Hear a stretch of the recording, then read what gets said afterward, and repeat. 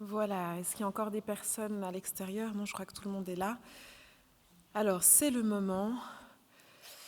Bonsoir à toutes et à tous. Je m'appelle Sylvie Makela et au nom de l'association Mélanine Suisse qui organise le festival Black Helvetia, je vous souhaite une cordiale, plus que ça, une très cordiale bienvenue. Nous sommes extrêmement heureuses de vous accueillir ce soir et de vous présenter le programme, tout ce qu'on va voir, tout ce qu'on va entendre et voir ce soir. Alors, avant de vous présenter la personne qui va nous accompagner tout au long de la soirée, je vais vous donner quelques informations pratiques, vous dire si jamais vous avez des personnes, comme je disais hier, à qui vous voulez du bien, la soirée va être live streamée. Ça veut dire que si vous vous rendez sur le site du festival Black Helvetia, il y a un lien pour voir le live. Je ne le dis pas pour vous, mais justement pour les personnes qui ne sont pas là, mais qui souhaiteraient profiter de la soirée. Donc faites-en profiter largement autour de vous. Ensuite, il y a une exposition qui est au Péristyle, à l'hôtel de ville de Neuchâtel, à l'hôtel de ville, qui est là, en fait, on continue jusqu'au week-end prochain, si je ne dis pas de bêtises. C'est ça, hein? Jusqu'au 30. Donc, n'hésitez pas à vous rendre, à aller voir l'exposition. Et puis, si vous souhaitez soutenir le festival, vous pouvez. Il y a deux boîtes de chaque côté à l'entrée. Vous pouvez glisser une pièce ou un billet. Et il y a également un petit papier où vous pouvez twinter, prendre les informations pour twinter si vous souhaitez twinter quelque chose. Et finalement, vous dire aussi qu'il y a des livres, certaines, en tout cas pour Chloé Lopez, je crois qu'il y a son livre, et puis pour Lena Blue également, il y a le livre qui est aussi à disposition dans l'espace livre là. Donc si vous voulez continuer les réflexions ou que ces personnes vous accompagnent encore, et il y a une séance dédicace également à la fin de la soirée. Voilà, donc maintenant je vais rentrer dans le vif du sujet en vous présentant Anya Glover, qui est née à Zurich et qui a grandi dans le canton de Lucerne. Donc c'est bien, ça nous fait un pont très concret avec la Suisse alémanique, vu qu'on a une ambition très concrète de faire de cet événement une réflexion nationale. Anya est sociologue, auteure, podcasteuse, conférencière, animatrice, entrepreneuse sociale, visionnaire, activiste, journaliste, instructrice de yoga et bien plus encore. Elle est directrice du studio Panam Academy à Lausanne, qui a comme objectif l'inclusivité et la justice sociale. Le studio propose des cours de bouti-thérapie, de danse, de yoga. Ainsi, le corps et le mouvement sont des outils centraux dans l'action et l'activité de Anya. C'était donc tout indiqué qu'elle soit avec nous ce soir pour nous guider dans une soirée danse. Son objectif est d'inspirer les gens, de thématiser les phénomènes de société et de créer de nouveaux récits. En tant qu'experte des questions raciales, elle accompagne des entreprises, les écoles, les organisations et les particuliers sur le chemin vers l'antiracisme. Donc sa passion pour le mouvement, liée à son engagement antiracisme, font d'elle la personne idéale, comme je disais tout à l'heure, pour nous accompagner lors de cette soirée. Donc, mesdames, messieurs, s'il vous plaît, accueillez sous un tonnerre d'applaudissements Anya Glover.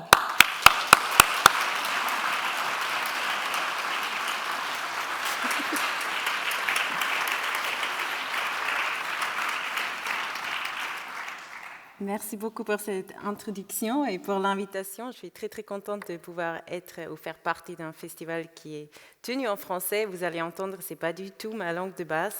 J'ai appris à l'école, comme vous avez sûrement appris l'allemand à un moment donné. Alors on est là pour un sujet qui me touche personnellement et qui touche tout le monde d'entre nous, si on le pense ou même si on ne le pense pas. C'est nos corps, c'est la danse, c'est de trouver ou créer une identité par le corps ou par la danse. Cette soirée va se passer avec plusieurs thèmes ou plusieurs catégories. On va commencer avec une conférence qui est amenée par Lena Blue. Elle va venir tout à l'heure sur cette scène. Et après, ça va être suivi par 4 signatures de danse. Et ensuite, on va avoir une conversation avec les 4 personnes que vous avez vues juste avant. Je ne vais pas en dire beaucoup plus. La personne que vous allez voir, Lena Blue, elle va venir sur scène, elle va parler sur l'impact de l'histoire caribéenne sur le mouvement des corps noirs. Qu'est-ce que ça veut dire ou qu'est-ce que ça implique? Ça, vous allez entendre tout de suite. Moi, en tout cas, je suis hyper pressée pour entendre. Donc, accueillez avec un applaudissement très grand Lena Blue.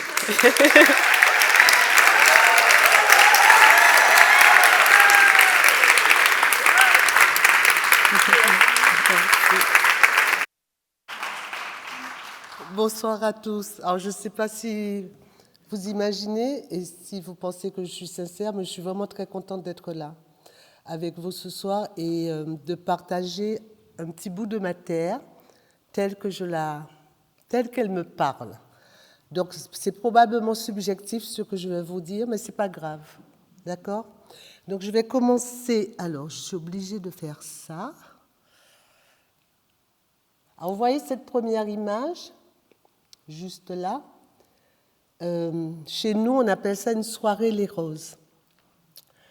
Et si vous me demandez c'est quoi une soirée les roses, je vais vous dire que c'est le moment privilégié où les gens de la Guadeloupe viennent danser, chanter, jouer du tambour, se rassembler. Ils se disposent spontanément en rond, c'est pour ça qu'on appelle ça ronde à les roses, en cercle. On n'appelle pas ça un public, mais l'assistance, parce que c'est de cette ronde que, de manière, j'ai envie de dire, imprévisible, va sortir ce qu'on appelle le danseur ou la danseuse, le chanteur, le tambouiller, le tambourinaire. Et si vous me demandez qu'est-ce qu'ils font, je vais vous dire ils vont faire du gros cas. Et si vous me demandez c'est quoi le gros cas, alors la réponse générale pour beaucoup de personnes, y compris les pratiquants, mais on va dire que la danse gros cas, c'est l'héritage de l'esclavage et de la colonisation, n'est-ce pas? Si on nous demande d'où ça vient, très loin, on va répondre que nos ancêtres, ce sont les Africains qui ont été déportés et mis en esclavage sur la terre Guadeloupe. Donc, c'est dans la catégorie tradition. Voilà. Donc, la conférence est terminée. Sauf que je ne sais pas pourquoi, mais moi, quand je regarde, quand je vais, on dit aussi un les roses. Alors, pour faire court, le gros cas, il y a 7 rythmes.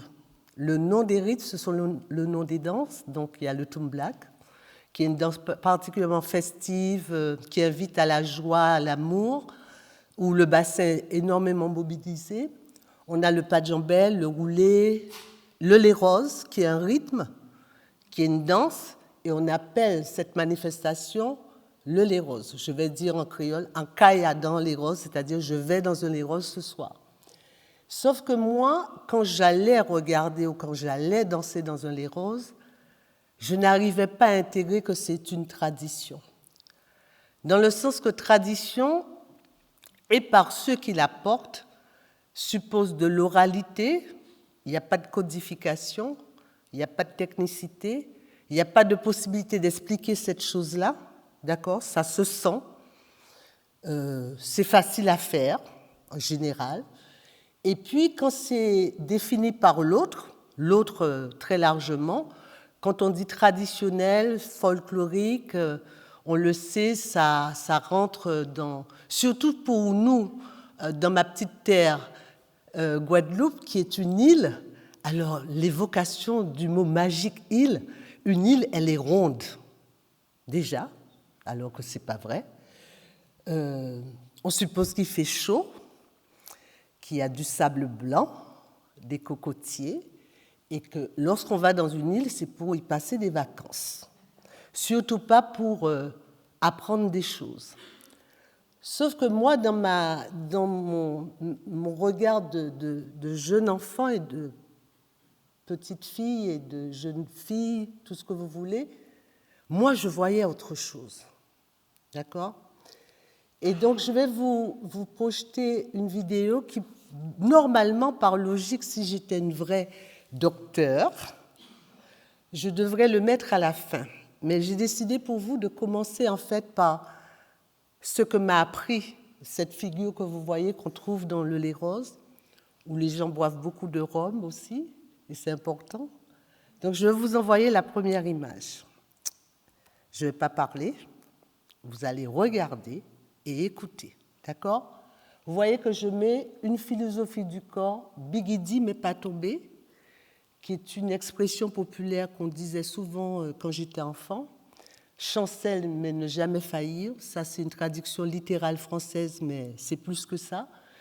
Et j'ai appris que ce corps qui danse, ce corps dansant guadeloupéen, c'est un corps monde, c'est un corps mémoire, un corps histoire, un corps imprévisible, un corps chaotique, un corps résistance, un corps adaptation.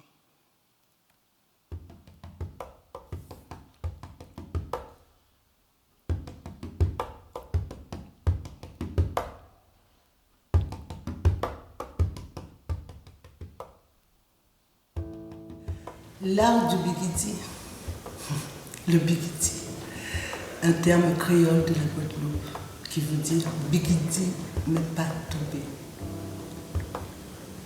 Flanche, trébuche, mais ne chancelle jamais, ne tombe jamais, reste debout. L'art du bigidi, c'est l'art de s'adapter. Adaptation perpétuelle, quoi qu'il arrive, quels que soient les imprévus, les difficultés de la vie, de la nature, de l'être humain, des choses, des événements, on reste debout. L'art du bigidi, c'est réfuter l'équilibre. L'art du bigidi, c'est réfuter l'harmonie. L'art du bigidi, c'est réfuter les choses organisées, prévisibles. L'art du bigidi, c'est accepter l'improbable et danser avec.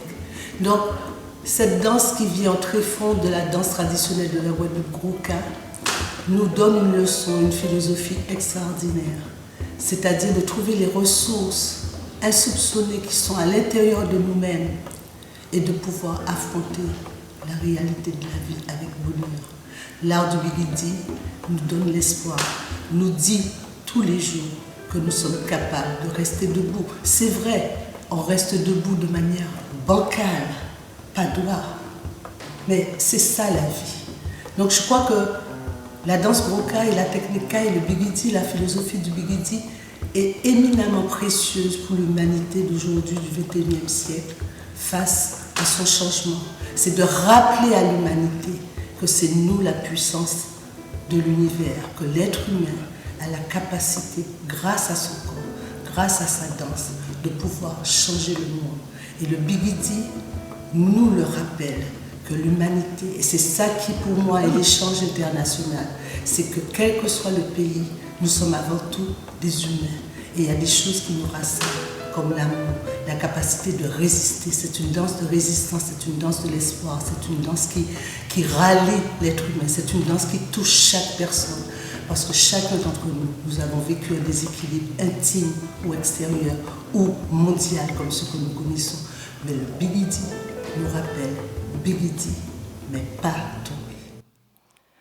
Alors, arrivé à cette conclusion que la danse Grouka, finalement, est une philosophie de vie que j'ai nommée bigidi, c'est parce que, en fait, quand je regardais un danseur de lait rose, je me suis interrogée sur deux choses.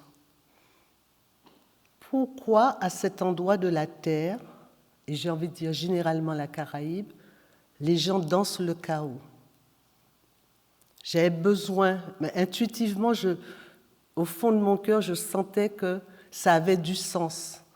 Or, j'ai envie de dire, on est formaté partout dans le monde dans un système cartésien, binaire, organisé. Or, tout est chaotique dans mon pays. La politique, les routes, les maisons, tout est en désordre. Et en fait, quand je regardais ce danseur, j'ai mis 4 exemples, et je me tais parce que je parle beaucoup, alors il faudra me surveiller, d'accord ?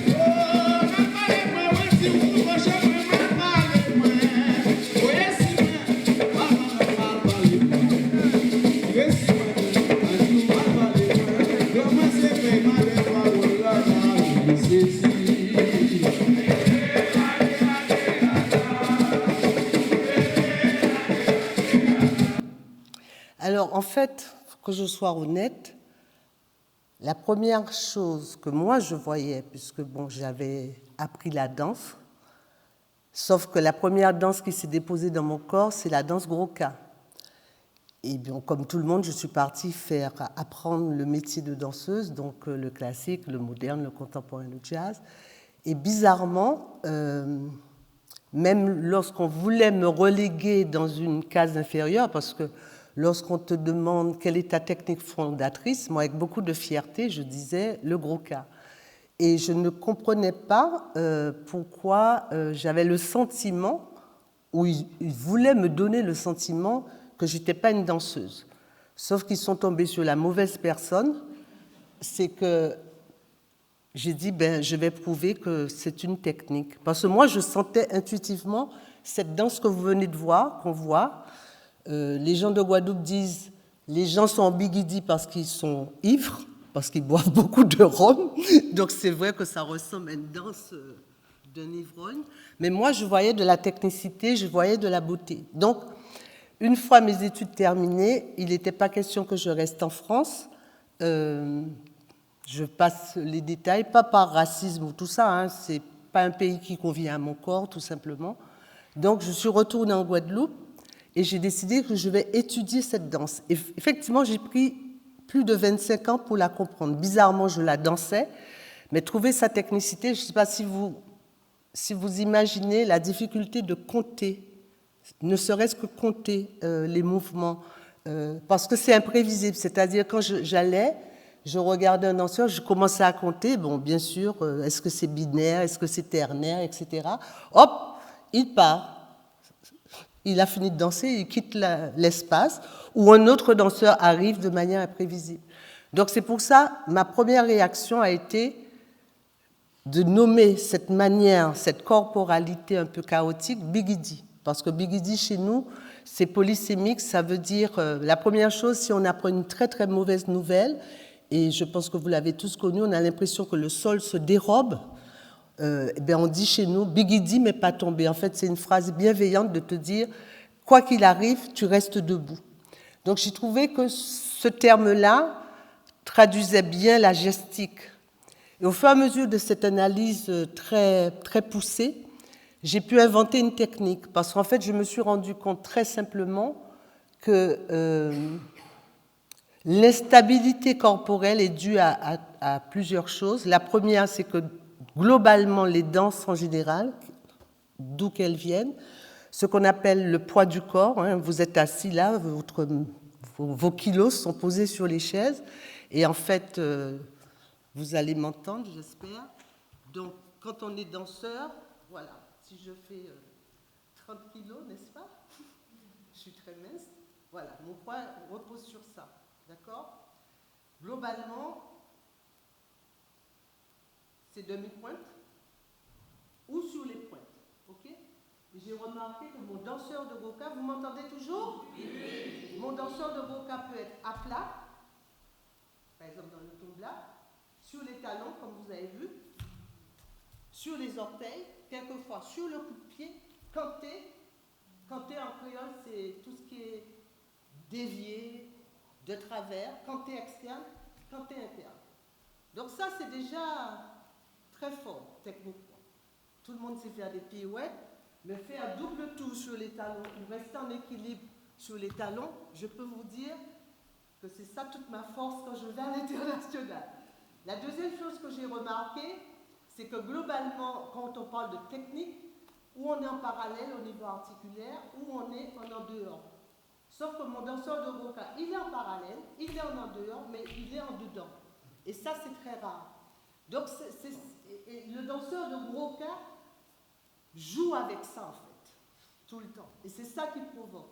Et la deuxième chose, je reviens au micro, la deuxième chose, c'est son rapport au temps, qui est absolument en rupture.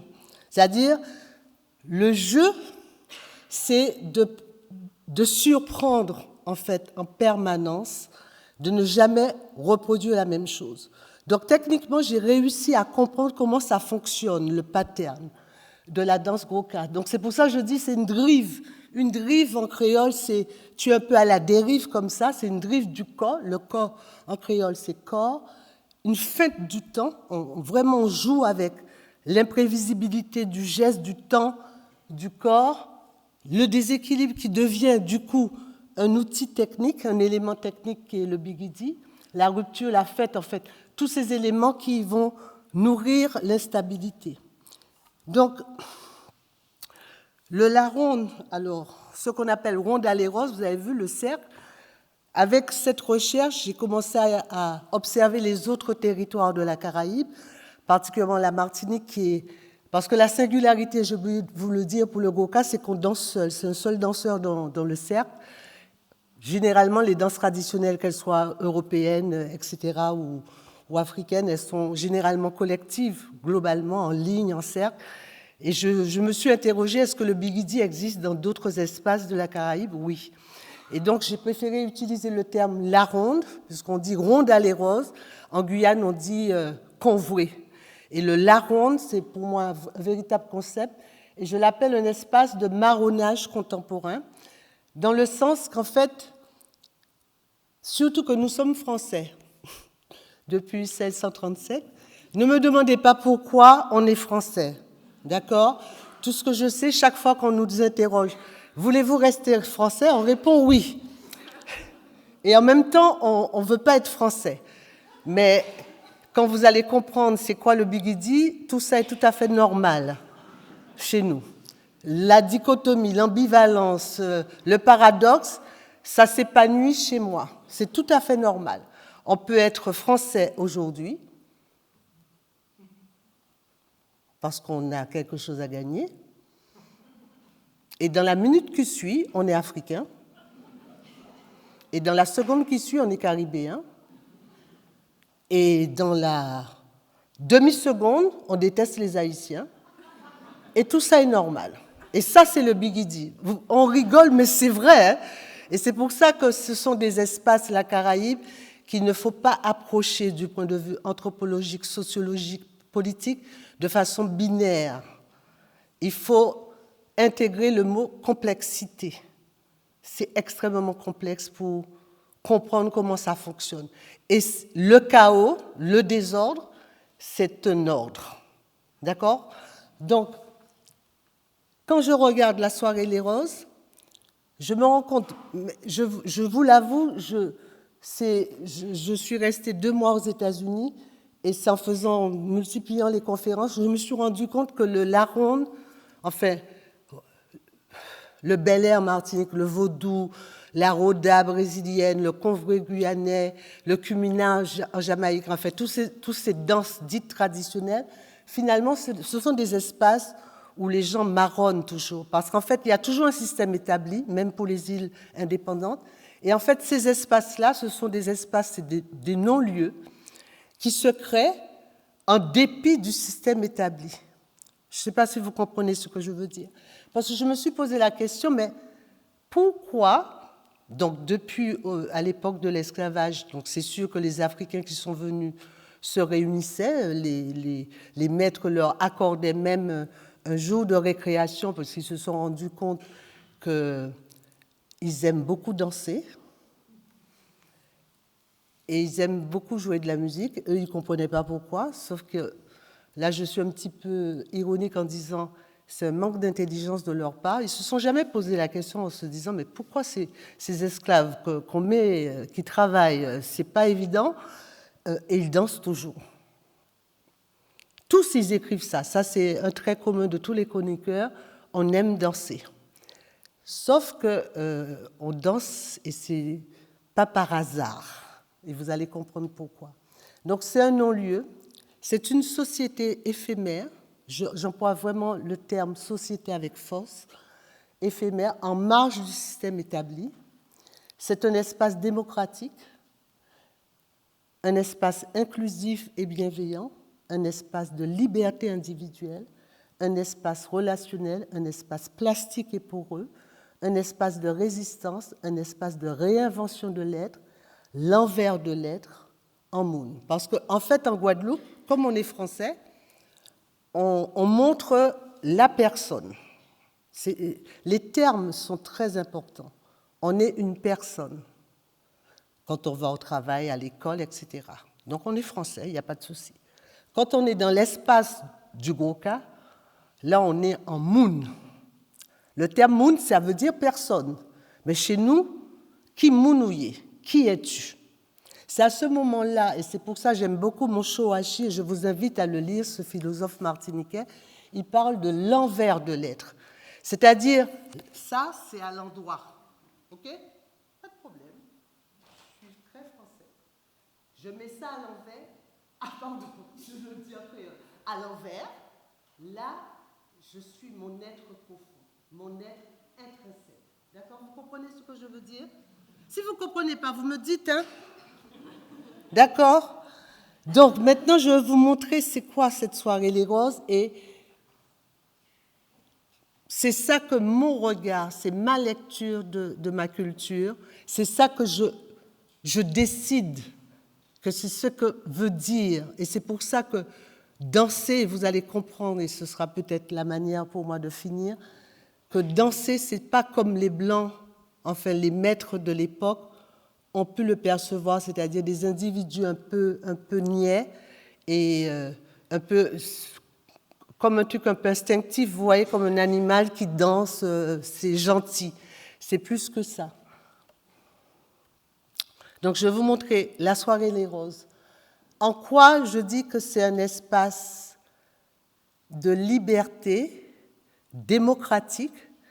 Vous allez comprendre pourquoi. Je vais essayer de commenter.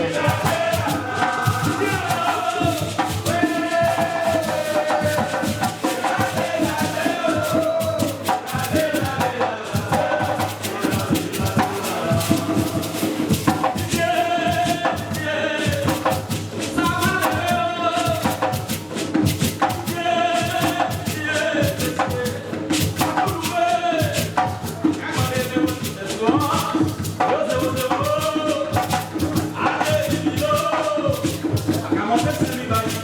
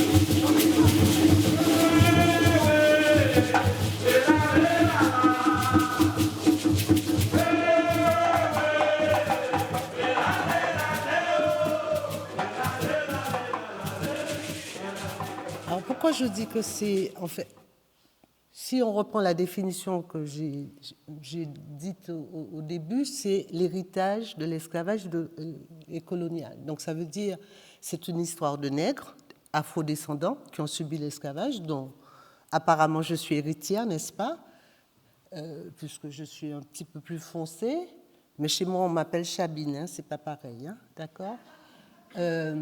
Donc c'est une histoire de nègres, c'est des tambours, donc un peu la preuve de nos racines africaines. C'est le seul endroit où des rastas, des ivrognes, des gens camés, des bourgeois, des cadres, des intellectuels, des mamies, des nourrissons, des jeunes hip-hop, tout, des blancs, des touristes. Moi, en tant que femme, parce que ça se passe la nuit, en général, ça commence à 21h. Quand c'est un bon lait rose comme celui-là, ça dure toute la nuit et ça peut finir le lendemain, 10h, les gens jouent toujours et dansent toujours, sans s'arrêter, d'accord ? Je peux être une femme, et en général, ça se passe à la campagne, en ville aussi, mais c'est surtout à la campagne, donc il faut prendre la route. Même si mon île, elle est petite, mais elle est grande, du coup. Aller à Bastia, c'est 1 heure de route. Une femme seule en train de conduire. J'arrive à 2h du matin dans un lait rose. Je ne serai jamais agressée. Pourtant, on dit qu'on est raciste, qu'on a les traumas de l'esclavage, etc. Une femme blanche ou un homme blanc qui débarque en Guadeloupe, il arrive dans un lait rose en pleine nuit, personne ne va l'agresser. C'est le seul endroit où il n'y a pas de crime de sang. Pourtant, il y a des gens ivrognes, ou des gens avec fumant... Voilà, moi je trouve ça extraordinaire. Il n'y a pas besoin d'invitation, tu arrives dans un lait rose quand tu veux, tu pars quand tu veux. Tu danses si tu veux danser, tu ne veux pas danser, tu ne veux pas danser. Je trouve que c'est un espace démocratique et de liberté individuelle qui n'existe très peu d'endroits dits dans les sociétés civilisées où même si tu ne sais pas danser, c'est ça que je trouve d'extraordinaire, personne ne va te mettre dehors. Il n'y a pas de jugement. Donc c'est l'espace où il n'y a pas question de race, de genre. Tu peux être femme, homme, tu peux être homosexuel, tout ce que tu veux. Tu rentres dans le Laronde, tu as le droit de danser. Et on joue pour toi. Question d'âge, il y a des petits bébés de 3 ans, 4 ans, ils rentrent, ils dansent. Il y a des experts, bien sûr. Il y a des amateurs, il y a des néophytes. Il y a des nuls, il y a des gens qui ne savent pas danser le goka. Et ça, je trouve que c'est une leçon. Et ça, c'est ma manière de regarder cette danse dite traditionnelle à qui, si, du point de vue sociologique, on devrait étudier ces espaces que j'appelle la ronde, parce que c'est valable en Guyane, c'est valable en Martinique. En Martinique, c'est un petit peu plus compliqué d'entrer dans le la ronde parce que c'est une danse en quadrille, c'est une danse collective extrêmement normée. La Guadeloupe est intéressante parce que c'est une danse individuelle, tu danses ce que tu es, même si tu ne connais pas, parce qu'il y a des lois, on sait reconnaître quelqu'un qui connaît ou qui ne connaît pas le gros cas, mais ça ne l'empêche pas qu'il a le droit d'exister. Donc je trouve que, honnêtement, il y a un enseignement à en tirer. Ensuite, pourquoi je dis démocratique ? Il y a 2 espaces privilégiés où le gros cas se manifeste, en dehors des spectacles, des concerts, c'est la soirée Les Roses, et le coup de tambour. Le coup de tambour, ce n'est pas une soirée les roses. C'est-à-dire, tu peux avoir un individu, il prend son tambour et il joue dans la rue, tout seul. Et le samedi, c'est devenu maintenant une institution. On appelle ça la rue piétonne. C'est aussi une période de revendication, puisque bien sûr, on a subi interdire de jouer le tambour parce que ça faisait du bruit, etc. Et les tambouillés, donc les tambourinaires, ont pris l'espace et jouent dans la rue. Et tous les samedis, les gens jouent. Normalement, c'est du gros cas. Et là, je vous donne quelques exemples où je dis c'est démocratique. Donc, la première image que vous allez voir, normalement, le gros cas, c'est une seule personne qui danse et entre en relation avec le tambourinaire. Là, c'est un couple de tango. Donc, les gens passent. Vous allez voir une deuxième image, c'est un petit bout de chou, à peine 2 ans. Vous allez voir une autre image, on voit que cette femme, parce que c'est la ville, hein, c'est pas New York City, mais c'est ma ville, n'est-ce pas ? Elle vient avec son sac, donc elle va pour faire ses courses. Elle passe, elle dépose son sac, elle danse. Donc elle danse pas le goka, elle danse. Et elle a fini de danser, elle pose son sac et elle continue. Et je trouve ça extraordinaire. Il y a des des touristes qui passent, ils rentrent dans le Laronde, et pour moi, vraiment, l'espace où se manifeste le Gros-Cas, c'est vraiment un espace d'acceptation de l'autre et extrêmement démocratique.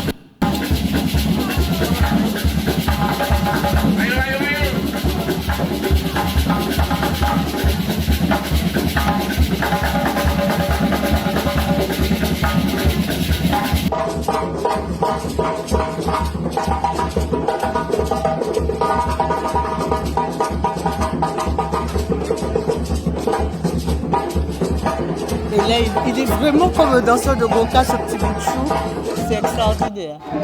Et là, c'est un groupe de Cubains qui est en Guadeloupe. Donc, ça devient une danse collective. Le chanteur, c'est un chanteur cubain. Voilà, le partage, il n'y a pas de problème. On accepte quoi. Vous voyez, cette dame, elle n'est pas du tout une danseuse de Gros-Cas.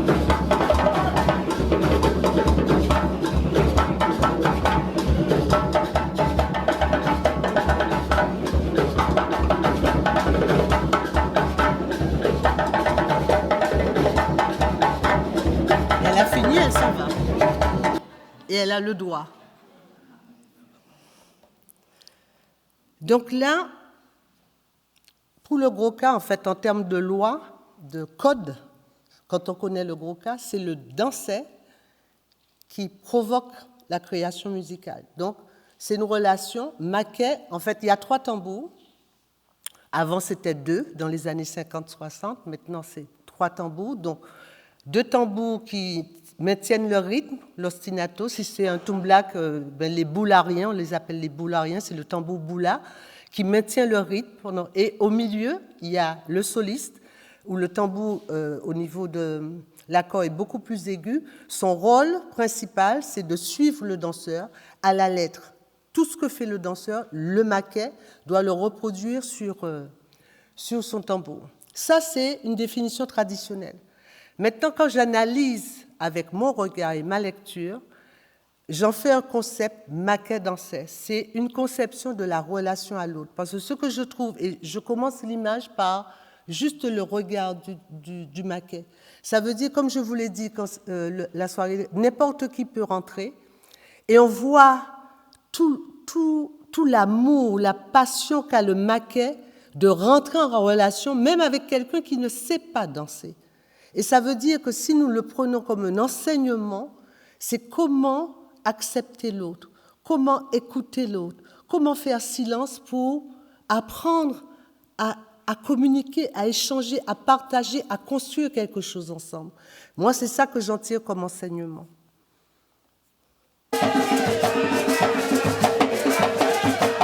En fait, quand on le regarde, on imagine la danse, tellement il fait des efforts pour entrer en relation avec la danseuse.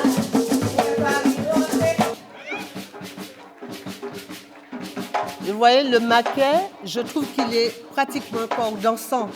Il est imprégné dans son corps, dans sa manière, tant il cherche à rentrer en relation. Mais c'est valable aussi pour le danset.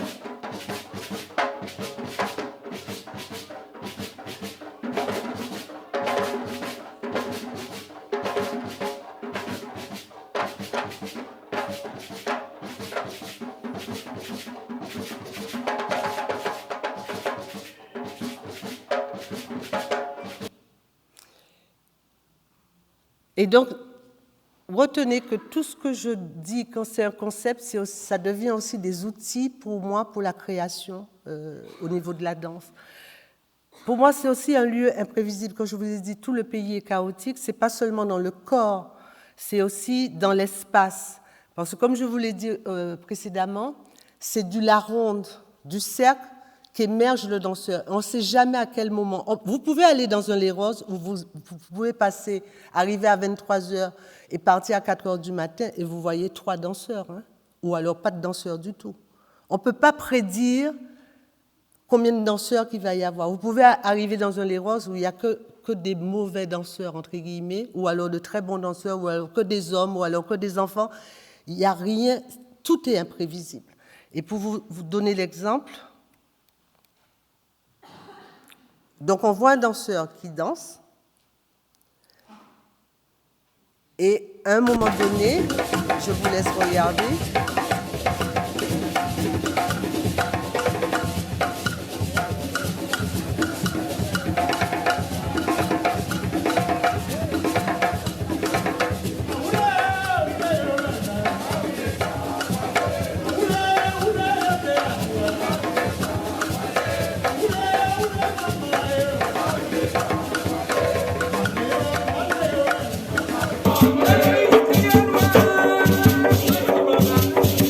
Alors là, je fais une petite pause pour vous expliquer.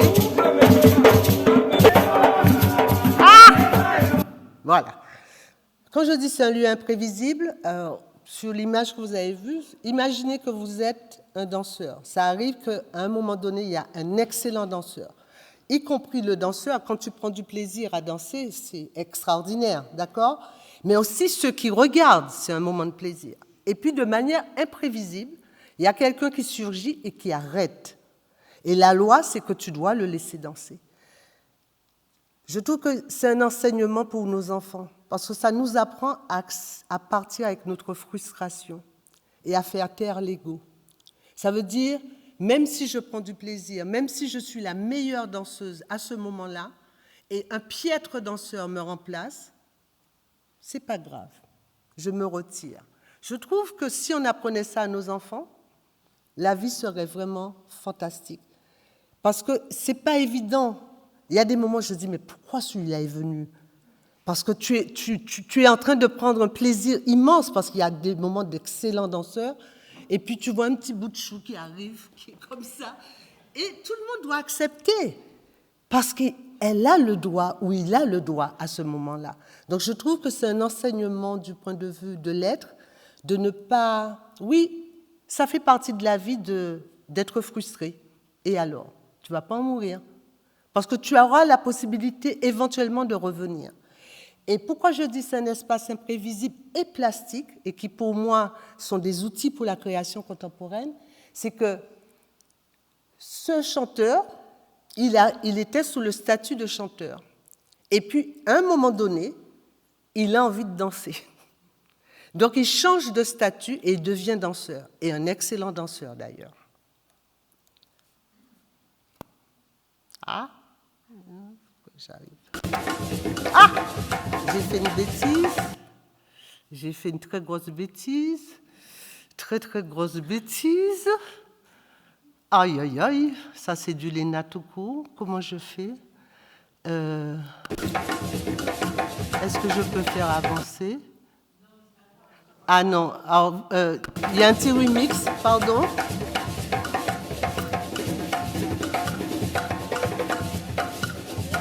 Vous voyez, dans ce cas-là, c'est pas grave parce qu'il est pas mal ce danseur. Vous voyez? Mais imaginez, mais il y a des moments, il y a des gens qui sont arythmiques, en fait, qui sont nuls, quoi. Tu vois la dame comme ça, et tu vois le maquet qui essaye, et tout le monde doit accepter. Et c'est ça, c'est pour ça que je dis c'est chaotique. Et vous voyez ce mouvement. Voilà. Donc il est chanteur, soliste.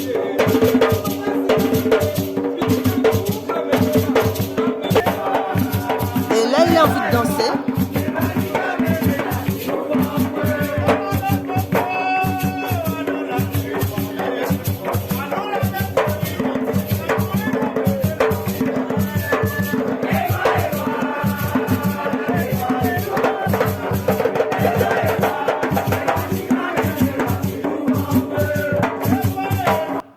Ouais, je dis que c'est vraiment extrêmement pertinent et intéressant pour la création. Comment être plastique? Parce qu'en général, du point de vue des écritures, on est théâtre, on est danse, on est cinéma. Et chez nous, le corps, il change, il devient chanteur, il devient danseur, il devient tambouillé, parce que c'est un excellent maquet, c'est un excellent boularien, c'est un excellent répondait, c'est-à-dire c'est le cœur. Et donc, mon travail dans la création, c'est de convoquer cette chose qu'on appelle traditionnelle, mais que je trouve que ce sont des espaces de possibles pour la création contemporaine. C'est pour ça, pour moi personnellement, l'espace du La Ronde Les Roses est un espace éminemment contemporain. C'est aussi un espace inclusif. Je vous ai dit démocratique, on accepte tout le monde, mais aussi inclusif. Parce qu'il y a un élément qui est assez extraordinaire. C'est pour ça que j'appelle ça l'esthétique de l'harmonie du désordre. Parce qu'en fait, tout est chaotique, tout est imprévisible, on ne sait jamais ce qui va se passer. Mais il y a une clé qu'on appelle reprise, qui se formule par le corps. Ça veut dire, je danse le chaos, on peut voir le danseur prêt à tomber, et à un moment donné, il va demander à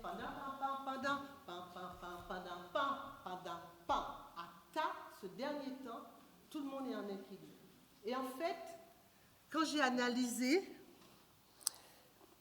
ce qu'on retrouve dans le corps dansant, c'est comme ça qu'on fonctionne chez nous. C'est une posture mentale. Ça veut dire, si vous arrivez en Guadeloupe en tant qu'artiste, vous voulez un planning bien organisé, recevoir le mail, le contrat. Vous voyez, j'ai dansé, pourtant je suis née en Guadeloupe, je travaille en Guadeloupe, je suis choquée toujours. J'ai dansé dans le plus grand théâtre, c'est une scène nationale, donc française, n'est-ce pas? J'ai toujours pas de contrat, mais je ne m'inquiète pas. Vous voyez? Ça veut dire qu'il y aura une reprise. Une reprise, c'est une solution incongrue, hein, qu'on n'a pas prévue. Chez nous, l'important, c'est de trouver la solution. Pas la solution que tu as pensée, la solution qui t'est offerte. Et ça s'appelle FAP-FAP. FAP-FAP, chez nous, c'est porter mon œuvre, tu vois, t'organiser. Je ne sais pas moi, j'arrive ici, c'est la Suisse, etc. On a tout prévu, rien ne marche. On va faire la conférence quand même. Vous voyez? La scène s'effondre. C'est pas grave, on va dehors, on danse quand même. Vous voyez, cette reprise, c'est le dernier temps qui se formule artistiquement dans le cadre du Les Roses. Mais en fait, quand j'analyse comment on fonctionne dans notre rapport à l'autre, notre manière d'organiser, c'est que les choses sont toujours très chaotiques, très compliquées, pas faciles, mais il y a toujours une résolution. Et en fait, les gens sont nos frappes. Nos frappes chez nous, c'est que, bon, ils sont tranquilles. Tout le monde s'énerve, mais ils sont tranquilles. Sauf ceux qui ont vécu trop longtemps dans les pays comme les vôtres. Ils ont perdu un peu le sentiment Bigidi. Parce que s'il y a Bigidi, il y a adaptation. Et si parfois vous l'oubliez quand vous revenez à vos choses métriques, pensez au Covid. Ça, c'est un Bigidi. Un vrai Bigidi. Et tout le monde s'est adapté, n'est-ce pas? Et s'adapter, c'est vivre. C'est ceux qui n'ont pas pu s'adapter. C'est-à-dire, s'adapter, c'est d'abord accepter l'inacceptable. Ça ne veut pas dire qu'on est résilient à pleurer, non. On attend une solution. On ne sait pas quand, mais elle va venir. Et on n'a pas de doute qu'elle va venir. D'accord? Et c'est pour ça que je dis que c'est un espace inclusif et bienveillant. Je vais vous montrer la vidéo. Donc, pour vous expliquer, parce que comme vous n'avez pas l'habitude, la loi, c'est un seul danseur. Donc, s'il y a deux danseurs, c'est du chaos, c'est du désordre. Et vous allez voir, chez nous, il y a un personnage qui danse en même temps. En plus, c'est un blanc qui danse. Et il danse très bien le Les Roses, d'ailleurs. Et à un moment, il y a un personnage qui danse en même temps, mais sauf qu'il est saoul, il est ivre, avec beaucoup de rhum. Et donc, vous allez voir à un moment donné, quelqu'un de l'assistance sort, l'appelle, avec beaucoup d'empathie. Il n'y a pas d'exclusion pour dire « sortez, monsieur ». Non, il l'appelle, lui parle en douceur. Et on voit que ce personnage qui est ivre, hein, il retourne à sa place et la reprise se fait. Vous voyez, c'est comment gérer le désordre avec empathie où il n'y a pas d'exclusion de l'autre. Quelle que soit la personne qui est là, on trouve une... Et quand c'est très, très chaotique, j'ai une autre image, mais ce n'était pas important. À un moment, c'est un petit garçon blanc, tout petit. Et ce même personnage, parce que c'est le même, il revient. Et il prend la place. Et le petit bout de chou, bon, là, c'est un petit blanc, il ne sait pas danser le goka, il essaye de faire, il est comme ça. Et le type qui est sous, il prend l'espace, il se met par terre. Et à un moment, la reprise, c'est qu'on fait un coda. On fait tam padam padam, pam pam pam padam pam padam pa. Le dernier temps, c'est la résolution. Quand c'est ingérable, on met une reprise pour arrêter tout le désordre et ça repart. D'accord? Donc je vous montre.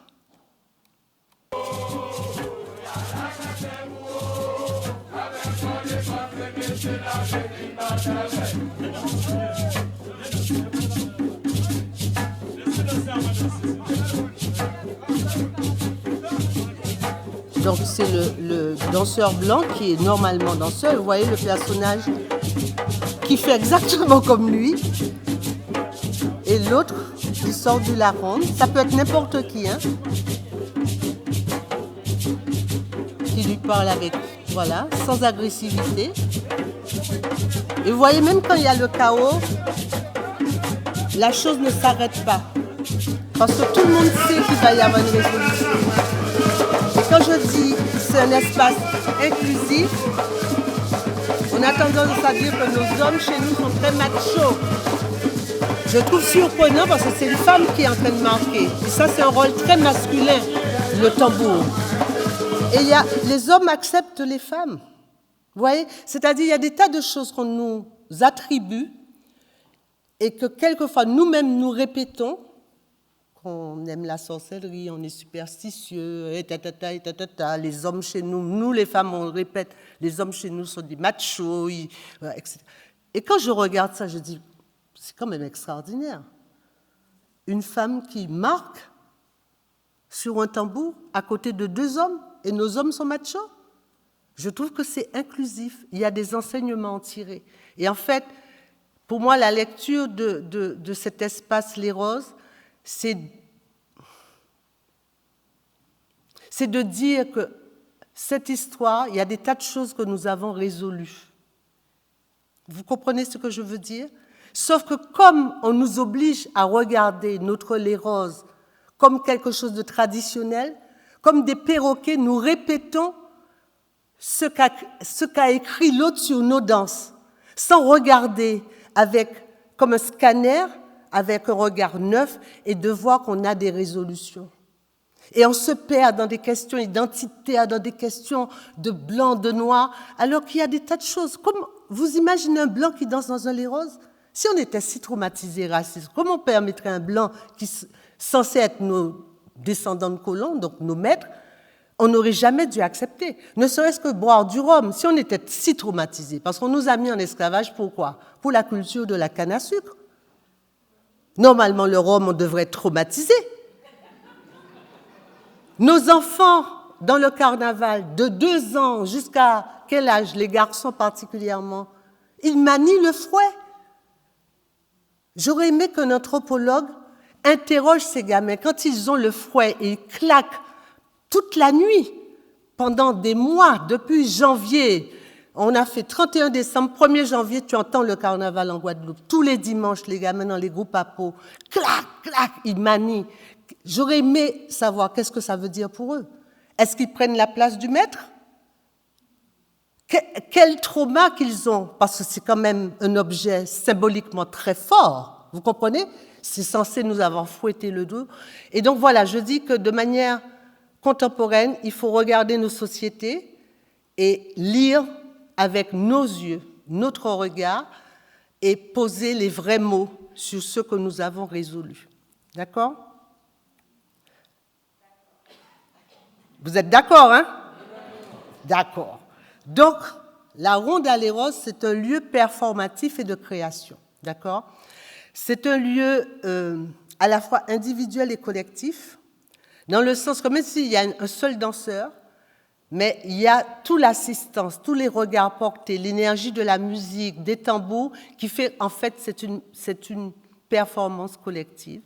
C'est un espace de création inédite, FAP-FAP. Et ça, c'est un enjeu pour la création contemporaine.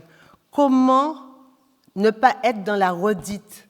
Comment être neuf tout le temps?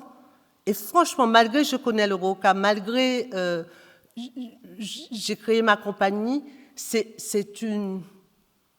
un vrai défi d'être imprévisible, de se surprendre soi-même dans la danse. Comment convoquer l'esthétique du désordre? C'est plus facile pour moi de créer un ballet contemporain, hein? Franchement, c'est fastoche. Hein?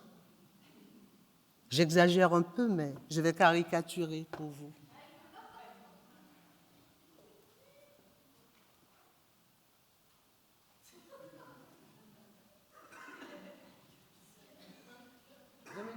J'y suis toujours, hein? D'accord?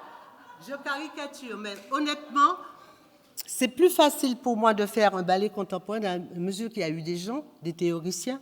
Il y a tellement de ballets que, bon, je n'ai qu'à puiser les outils, d'accord? Poser la question de la création contemporaine caribéenne, il n'y a rien avant, vous voyez?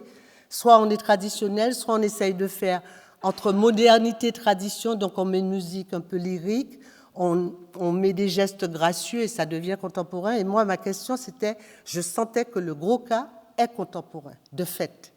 Il fallait que j'invente, que j'aille chercher, puiser au tréfonds même de cette tradition et de la faire émerger. Donc, tous ces éléments, un lieu plastique et flexible, un lieu d'adaptation grâce à la reprise, clé de l'harmonie du chaos, concept qui régule le désordre. Donc, du coup, le bigidi est un... Comment je pourrais dire ça? Est un outil technique, déjà techniquement, hein, on apprend à faire du bigidi, mais c'est un outil pour la création, comment convoquer cette esthétique du désordre, comment faire une écriture fap-fap, c'est-à-dire renouvelée, et surtout cette plasticité, ce qui fait que dans la majorité de mes pièces, je vais vous en montrer 4, parce que chaque création, quand j'ai créé la compagnie en 1995, en fait, j'ai dû créer 2 laboratoires. Un lieu qui s'appelait à l'époque Centre de danse et d'études chorégraphiques, aujourd'hui c'est la Fabrique.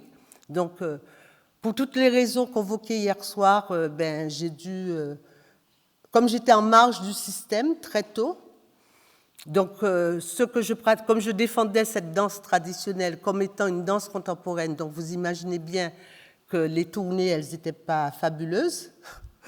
Quand j'ai créé mon école en 90, de la part des miens, comment j'ose transgresser la tradition, puisque la tradition doit rester la tradition. Donc, de la part des gens de mon pays, il y avait de l'incompréhension, et de la part, bien sûr, de l'extérieur, on me rangeait, bien sûr, dans la catégorie, surtout en France, hein, parce que bon... Donc moi, j'ai résolu très vite le problème. J'ai dit, bon, la France ne constitue pas le monde. Donc en attendant que la France se rende compte de ce que je fais, je conquiers le reste du monde. Donc j'ai commencé par la Dominique, c'était mon premier grand voyage. Et puis maintenant, voilà, je tourne relativement beaucoup. Pas beaucoup en France, mais franchement, c'est pas grave, honnêtement, parce qu'il y a tellement de pays qui existent. Il me manque le pôle Nord, enfin, j'ai plein de pays à découvrir avant la France, donc...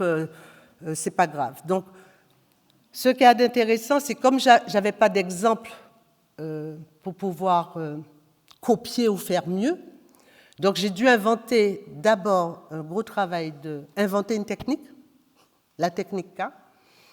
Ensuite, chaque création que je faisais, je me posais comment faire. Donc, la première création funambule, c'était de me dire, est-ce que c'est toujours du gros K, quelque part moderne, si j'enlève les tambours, par exemple. Ou alors, par exemple, Bigidi, cette pièce que vous allez voir, un extrait, Fenêtre sur mon Bigidi et moi, c'est que je me suis dit, est-ce que je suis... Quand j'ai compris que le Bigidi est vraiment la matrice de la création contemporaine caribéenne, je dis bien caribéenne parce que le Bigidi, il existe dans tous les corps dansants de la Caraïbe, voire de l'Amérique latine et des États-Unis, formulé bien sûr autrement, je me suis posé la question, est-ce que tu es capable de faire une pièce juste avec ce mot, convoquer le bigidi? Donc vous allez voir. Et ensuite, pratiquement toutes mes pièces, comme pour la tradition, où un tambouillé est aussi un danseur, donc les musiciens sont toujours dans l'espace, sont toujours convoqués dans le corps.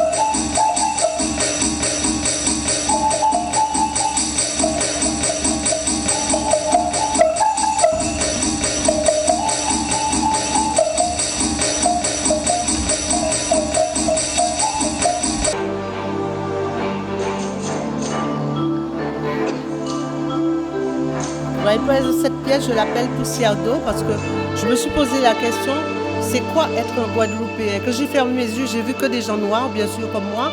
Et je me suis dit, mais non, il y a trois courants, c'est les Blancs, les Indiens et les Noirs. Et donc, je me suis rendu compte que le seul lieu matriciel qui nous réunit, c'est la mer. Parce que les Blancs sont arrivés par la mer, les Nègres et les Indiens. Donc, j'ai voulu travailler sur... Donc, c'est une danseuse indienne qui a travaillé avec moi.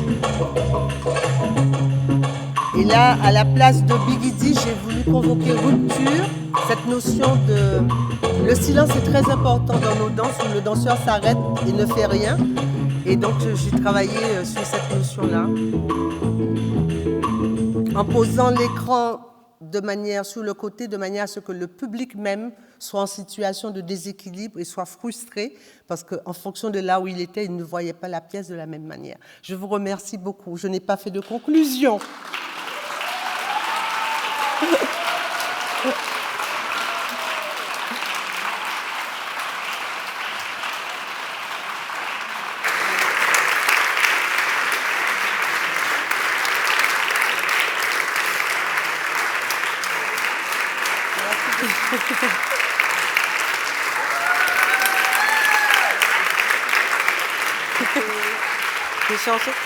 Oui, voilà. Alors, merci beaucoup. Merci. On va passer à la suite. Donc, vous allez encore la voir, donc ne vous inquiétez pas. On ne va pas laisser la place pour les questions tout de suite. Si jamais vous avez des questions quand même, gardez-les en tête pour un peu plus tard.